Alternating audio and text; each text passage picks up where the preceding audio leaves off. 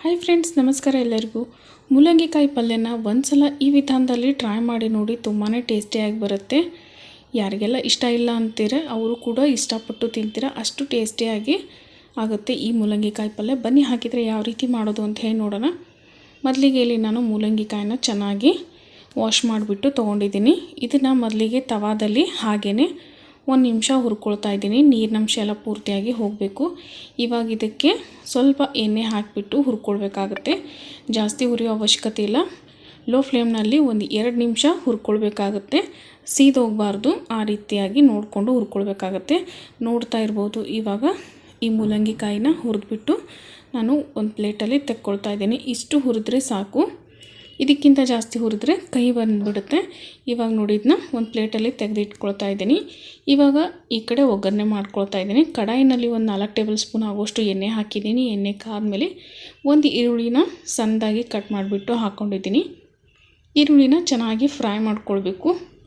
ಇವಾಗ ಈರುಳ್ಳಿ ಫ್ರೈ ಆದಮೇಲೆ ಇದಕ್ಕೆ 1/4 ಟೀ ಸ್ಪೂನ್ ಆಗುವಷ್ಟು ಅರಿಶಿಣ ಪುಡಿನ ಹಾಕ್ಕೊಳ್ತಾ ಇದ್ದೀನಿ. ಹಾಗೆ ಇವಾಗ ಇದಕ್ಕೆ ಒಂದು ಅರ್ಧ ಕಪ್ ಆಗುವಷ್ಟು ತೊಗರಿಬೇಳೆನ ಚೆನ್ನಾಗಿ ತೊಳೆದ್ಬಿಟ್ಟು ಹಾಕ್ಕೊಳ್ತಾ ಇದ್ದೀನಿ. ಟೈಮ್ ಇದ್ದರೆ ನೀವು ನೆನೆಸ್ಕೊಳ್ಬೋದು, ಇಲ್ಲಾಂದರೆ ಡೈರೆಕ್ಟಾಗಿ ಹಾಕ್ಕೊಳ್ಬೋದು.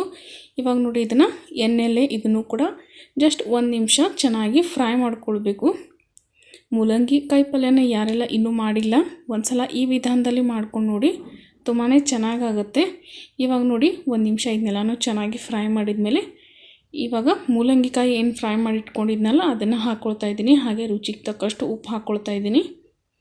ಇವಾಗ ಇದನ್ನು ಚೆನ್ನಾಗಿ ಒಂದು ಸಲ ಮಿಕ್ಸ್ ಮಾಡ್ಕೊಳ್ಬೇಕು. ಸ್ವಲ್ಪ ಹಸಿ ವಾಸನೆ ಅದು ಏನಾದರೂ ಇದ್ದರೆ ಇವಾಗ ಎಣ್ಣೆಯಲ್ಲಿ ಫ್ರೈ ಮಾಡಿದ್ಮೇಲೆ ಹೋಗುತ್ತೆ. ಇವಾಗ ನೋಡಿ ಇದನ್ನ ಮಿಕ್ಸ್ ಮಾಡಿದ್ಮೇಲೆ ಇದನ್ನು ಪ್ಲೇಟ್ನ ಮುಚ್ಚಿಬಿಟ್ಟು 1-2 ನಿಮಿಷ ಇಡ್ತಾ ಇದ್ದೀನಿ. ಇವಾಗ ನೋಡಿ 2 ನಿಮಿಷ ಆಗಿದೆ. ಇದಕ್ಕೆ ಇವಾಗ ನಾನು 1-2 ಟೀ ಸ್ಪೂನ್ ಆಗೋಷ್ಟು ಮಸಾಲೆ ಖಾರದ ಪುಡಿನ ಹಾಕ್ಕೊಳ್ತಾ ಇದ್ದೀನಿ. ಇವಾಗ ಇದನ್ನು ಮಿಕ್ಸ್ ಮಾಡಿಬಿಟ್ಟು ಇದಕ್ಕೆ 1-2 ಕಪ್ ಆಗುವಷ್ಟು ನೀರನ್ನ ಸೇರಿಸ್ಕೊಳ್ತಾ ಇದ್ದೀನಿ. ನೀರು ಹಾಕಿಬಿಟ್ಟು ಇದನ್ನು ಚೆನ್ನಾಗಿ ಬೇಯಿಸ್ಕೊಳ್ಬೇಕಾಗತ್ತೆ. ಮೂಲಂಗಿಕಾಯಿ ಸ್ವಲ್ಪ ಎಳೆದಿದ್ದರೆ ತುಂಬಾ ಚೆನ್ನಾಗಿ ಟೇಸ್ಟ್ ಬರುತ್ತೆ. ನಮಗೆ ನೀರು ಎಷ್ಟು ಬೇಕು ಅಂಥೇಳಿ ನೋಡ್ಕೊಂಡ್ಬಿಟ್ಟು ಸೇರಿಸ್ಕೊಳ್ಬೇಕಾಗತ್ತೆ. ಕೆಲವೊಬ್ಬರಿಗೆ ಮೂಲಂಗಿಕಾಯಿ ಪಲ್ಯ ಸ್ವಲ್ಪ ಡ್ರೈ ಇದ್ದರೆ ಚೆನ್ನಾಗಿ ಅನಿಸುತ್ತೆ. ಸ್ವಲ್ಪ ಕೆಲವೊಬ್ಬರಿಗೆ ರೊಟ್ಟಿ ಜೊತೆ ಅನ್ನದ ಜೊತೆ ತಿನ್ನಬೇಕಂದ್ರೆ ಸ್ವಲ್ಪ ನೀರಿನಂಶ ಇದ್ದರೆ ಟೇಸ್ಟಿಯಾಗಿ ಬರುತ್ತೆ. ಇವಾಗ ನೋಡಿ ನೀರು ಹಾಕಿದ ಮೇಲೆ ಚೆನ್ನಾಗಿ ಒಂದು ಸಲ ಮಿಕ್ಸ್ ಮಾಡಿಬಿಟ್ಟು ಉಪ್ಪು ಖಾರನ ಟೇಸ್ಟ್ ಮಾಡಿದ ಮೇಲೆ ಇದನ್ನ ಗ್ಯಾಸ್ ಫ್ಲೇಮ್ನ ಲೋ ಫ್ಲೇಮ್ನಲ್ಲಿ ಇಟ್ಕೊಂಡು ಒಂದು 10-15 ನಿಮಿಷ ಚೆನ್ನಾಗಿ ಬೇಯಿಸ್ಕೊಳ್ಬೇಕಾಗುತ್ತೆ. ಇಲ್ಲಾಂದರೆ ತೊಗರಿಬೇಳೆ ಮತ್ತು ಮೂಲಂಗಿಕಾಯಿ ಬೇಯೋವರೆಗೂ ಬೇಯಿಸ್ಕೊಳ್ಬೇಕಾಗತ್ತೆ. ಇವಾಗ ನೋಡಿ ನಾನಿಲ್ಲಿ ಒಂದು 15 ನಿಮಿಷ ಬೇಯಿಸ್ಕೊಂಡಿದ್ದೀನಿ. ಇವಾಗ ನೋಡಿ ಪೂರ್ತಿಯಾಗಿ ಚೆನ್ನಾಗಿ ಬೆಂದಿದೆ. ಈ ಮೂಲಂಗಿಕಾಯಿ ಪಲ್ಯ ರೊಟ್ಟಿಗೆ, ಚಪಾತಿಗೆ, ಹಾಗೆ ರಾಗಿ ರೊಟ್ಟಿಗೆ ಚೆನ್ನಾಗಿರುತ್ತೆ. ಹಾಗೆ ಬಿಸಿ ಬಿಸಿ ಅನ್ನಕ್ಕೆ ಕೂಡ ಚೆನ್ನಾಗಿರುತ್ತೆ.